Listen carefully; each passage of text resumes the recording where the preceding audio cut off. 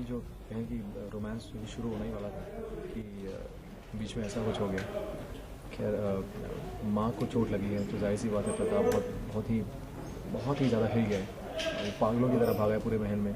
जब उसे पता चला कि गोली चली है और गोली माँ को लगी है तो फिर जब वो घुसता है माँ के कक्ष में तो रानी माँ वहाँ नहीं होती हैं। फिर वो यजमान के कक्ष में जाता है, वहाँ उसे रानी माँ दिखती हैं, वो खून से लथपथ हैं, घिरी हुई हैं ज़मीन पर।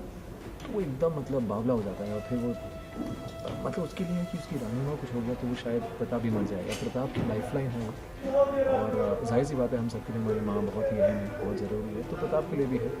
तो जब उसे पता लगेगा कि किसने गोली मारी है फिर आप प्रताप का जो क्रोध है वो आप देख पाएंगे। क्योंकि मैं भी इंतजार कर रहा हूँ। नहीं, प्रताप उन पे नाराज़ क्यों होंगे? प्रताप उनकी कोई गलती नहीं है इसमें। किसकी गलती है वो कह रहे हैं पता नहीं, पता चलेगी हमें कुछ समय बाद जब किसने गोली चलाई और क्यों गोली चलाई।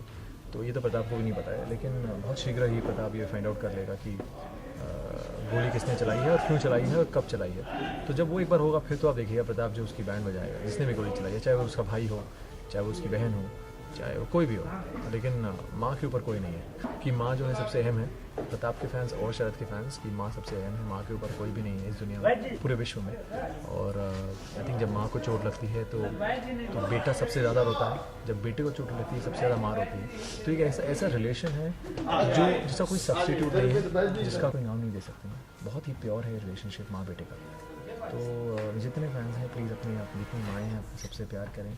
आप सभी अपनी माँ से प्यार करें, उन्हें बहुत इज्जत दें, उन्हें बहुत प्यार दें, क्योंकि वे इसी के लायक हैं, इसी के लिए ही हैं। माएँ जो होती हैं वो प्यार के लिए ही होती हैं और भगवान उन्हें प्यार के लिए ही भेजते हैं हमारे पास।